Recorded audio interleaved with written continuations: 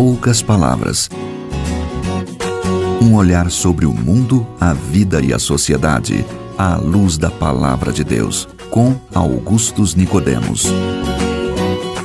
Estamos entrando no ar no seu receptor, aí no seu podcast, no seu dispositivo, com mais um programa em poucas palavras, agradecendo sempre a sua audiência em todo o Brasil. Nosso e-mail é em poucas palavras, @terra.com.br, e a pergunta de hoje foi enviada para este e-mail pelo Wildson Martins. Ele também não disse a cidade, não citou a cidade que mora, por isso, como disse em programas anteriores, coloca lá quando você mandar o e-mail de onde você está escrevendo, tá bom? Mas ele quer que o programa ajude-o a entender a questão do jejum que os crentes costumam fazer.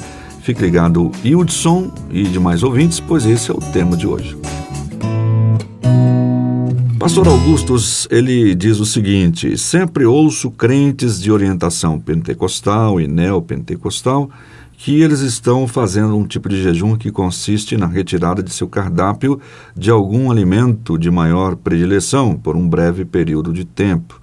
Ele disse que ele não consegue imaginar Jesus dizendo a Marta: olha, não me prepare coisa doce porque estou fazendo um jejum. Um jejum de doce, de chocolate. Isso, e só estou comendo comida de sal.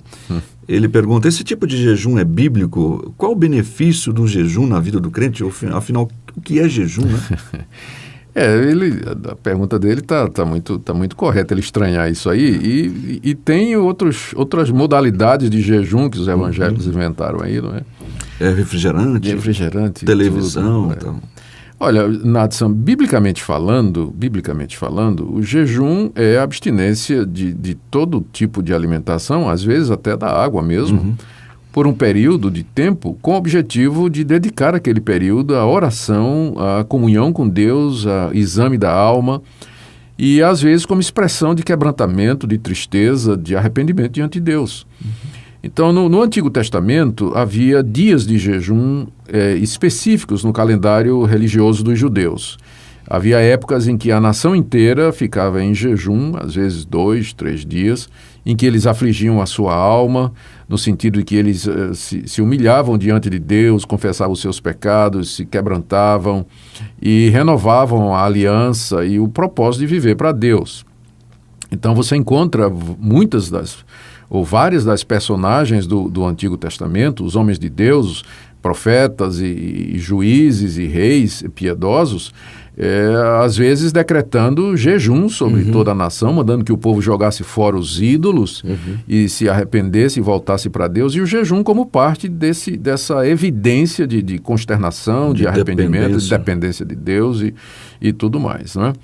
Mas já no Antigo Testamento, o jejum como um meio, como um exercício espiritual, não é? Que tem como objetivo mortificar a nossa carne, quebrar os nossos desejos, elevar o nosso espírito, nos entristecer diante de Deus, esse é o propósito do jejum. Então, já no Antigo Testamento, essa instituição já era distorcida, né? Já tinha gente que fazia isso da forma errada, pelo motivo errado e querendo obter coisas que Deus não prometeu através do jejum, como se o jejum fosse em si algo místico, né? Eu acho que tem até muita gente hoje também que pensa nisso, né? Que o ato de jejuar em si é uma espécie de talismã ou de garantia de bênçãos. De tornar Deus natureza, como se fosse um escravo do seu pedido. Se você está jejuando, né? Quando, na verdade, biblicamente falando, se o jejum não for acompanhado de uma atitude espiritual correspondente, ele não vai valer absolutamente nada, não é? Se o jejum é só ficar sem comer, em que isso? Qual é o valor espiritual disso, né? Mas o jejum ele tem que vir acompanhado de quebrantamento, arrependimento, confissão de pecado, humilhação diante de Deus, tempo de oração e dedicação a Ele. E nas vezes, Nadson, em que eu pratiquei o jejum, eu de fato percebi sim que o orar fica mais intenso, né? Parece que há uma relação entre o abatimento do corpo e a elevação do espírito. Não estou sendo dicotomista aqui, Sim, né? É como se fosse você se alimentar de Deus, talvez. Exatamente, né? Você tirar um tempo para se alimentar de Deus. Eu estou me lembrando aqui das palavras do profeta Isaías ao povo da época, que está lá no capítulo 58, é uma passagem muito conhecida, né, sobre a observância devida ao jejum.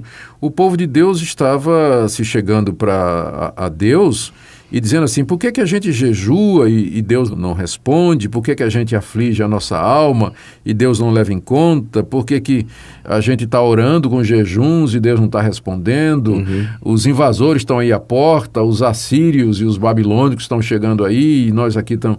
E a resposta do profeta Isaías, falando da parte de Deus, está aqui no verso 5, 58, 5 em diante. Deus diz assim, seria esse o jejum que escolhi? Que o homem um dia aflige a sua alma, incline a sua cabeça, como o junco, e estenda debaixo de si o pano de saco e cinza? Chamarias isso jejum e dia aceitável ao Senhor?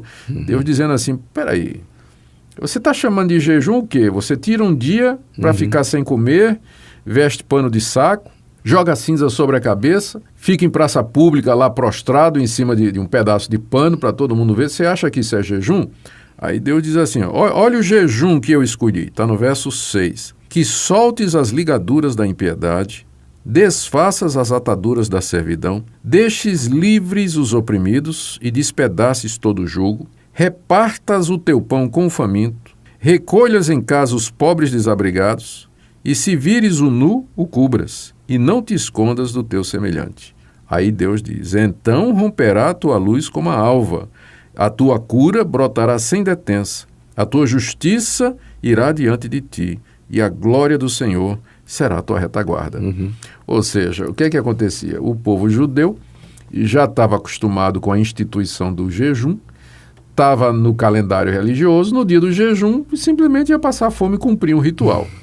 Sem que tivesse nenhuma mudança. Nada, e Deus diz, olha, esse não é o jejum que eu quero. Você quer fazer alguma coisa que realmente me agrade? Então, ajude os pobres, larga o pecado, quebra o jugo da iniquidade, para de oprimir os inocentes, para de praticar a violência, anda nos caminhos de Deus, e aí então vai brotar a tua cura, a tua luz irromperá e eu vou responder às tuas orações. Ou seja, não adianta jejuar se isso não é acompanhado pelo arrependimento, por uma vida santa, por uma mudança de atitude, uma vida de oração.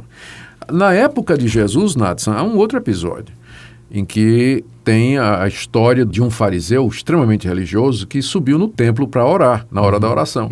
E ao lado dele foi um publicano, que era considerado como pecador, enfim, um homem que não tinha religião nem nada. Mas só que o publicano era de Deus, né, como a gente vai ver na história. Aí o fariseu, em pé, Jesus conta, orando de si para si mesmo, ele disse assim, Deus, eu te dou graças que eu não sou como os demais homens, eu dou o dízimo, jejuo 2 vezes por semana, eu não sou aqui como esse publicano que está aqui ao meu lado. Enquanto que o coitado do publicano não conseguia nem ficar em pé, né, mas batia no peito e dizia, Deus, tem misericórdia de mim, pecador. E Jesus disse que Deus aceitou o publicano e não aceitou o religioso fariseu que vinha com jejum, que vinha com toda aquela religiosidade em cima. Então, jejum simplesmente como um ato religioso, não é? Passar fome, não tem valor absolutamente nenhum diante de Deus, né? Não tem. Eu jejuo, mas vou cuidar dos meus próprios interesses e corro daqui para lá e não me... Exato. O jejum, ele tem que ser um período separado para meditação, conversa com Deus, oração, leitura da Escritura, quebrantamento, súplicas a Deus. O jejum é apropriado em momento de crise, é apropriado em momentos de calamidade pública, de doença na família. Você está passando por uma crise existencial, uma crise pessoal. Não está conseguindo entender muito bem o contexto. Isso, né? Tira um tempo para ficar diante de Deus, se abstém de comer, talvez até de beber, 1 dia, 2, o tempo que você aguentar, mas tira aquele tempo para se dedicar a Deus. Natsa, só para terminar aqui minha palavra, Jesus nos ensina como jejuar lá em Mateus capítulo 6. Ele diz, quando jejuardes, não vos mostreis contristados como os hipócritas, porque desfiguram o rosto, com o fim de parecer aos homens que jejuam. Em verdade vos digo que eles já receberam a recompensa. Tu, porém, quando jejuares, unge a cabeça e lava o rosto, com o fim de não parecer aos homens que jejuas, e sim ao teu Pai em secreto, e teu Pai que vem em secreto te recompensará. Exato. O que Jesus está corrigindo aqui é a atitude dos fariseus, que usavam o jejum, eles tornavam público, né, que estavam jejuando, ele desgrenhava a barba, despenteava o cabelo, andava curvado, né? Que muitas vezes é feito hoje também. Para que as pessoas vissem que ele estava jejuando, e as pessoas dissessem, puxa vida, que homem santo, né? E já receberam a recompensa. É essa a recompensa que ele está falando. Exatamente, a recompensa é essa, os elogios humanos. Mas, quando a gente jejua para Deus. Não precisa dizer que nós estamos jejuando, não precisa dizer aos homens. Até podemos parecer alegres a eles, como Jesus diz, ungir a cabeça, né? Lavar o rosto, né? Para parecer que tudo está normal, tudo né? bem, né? Mas nós estamos, na verdade, em jejum, quebrantados diante de Deus, contristados pelo nosso pecado, pela calamidade, pela doença, e clamando a Ele. Então esse é o jejum bíblico. Ok, um bom programa, um esclarecedor, e com certeza você que perguntou, que foi o Hildson Martins, obrigado pela sua pergunta, nos deu a oportunidade de fazer um programa com esse tema tão relevante, e você lance mão do jejum sempre, ele é bíblico nos termos que nós acabamos de colocar nesse programa, através do comentário do pastor Augustus. A gente volta já já com alguns detalhes sobre o seu contato com esse programa.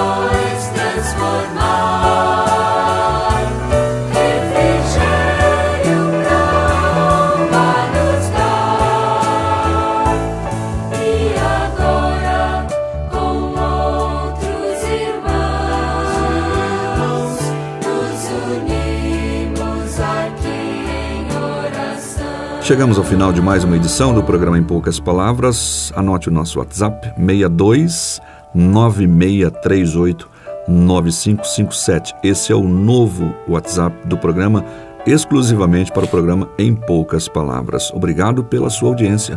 Anote, estamos esperando o seu contato, pastor Augustus. Muito obrigado, querido ouvinte, pela sua audiência, e a minha oração é que Deus o abençoe no exercício, nesses exercícios espirituais, para que você possa ter uma comunhão mais profunda e eficiente com Deus.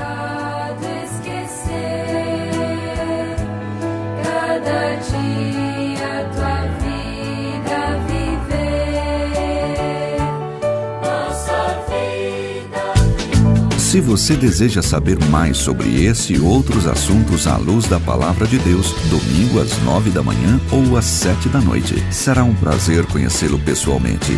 Primeira Igreja Presbiteriana de Goiânia, Rua 68, esquina com 71 Centro. Fone 3213-3320, www.pipg.org.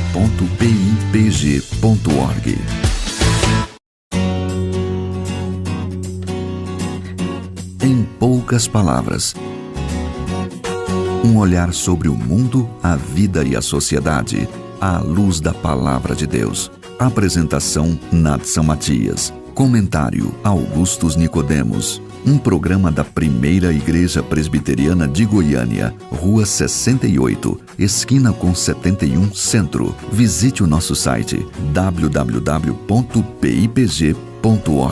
Apoio Seminário Presbiteriano Brasil Central, Goiânia.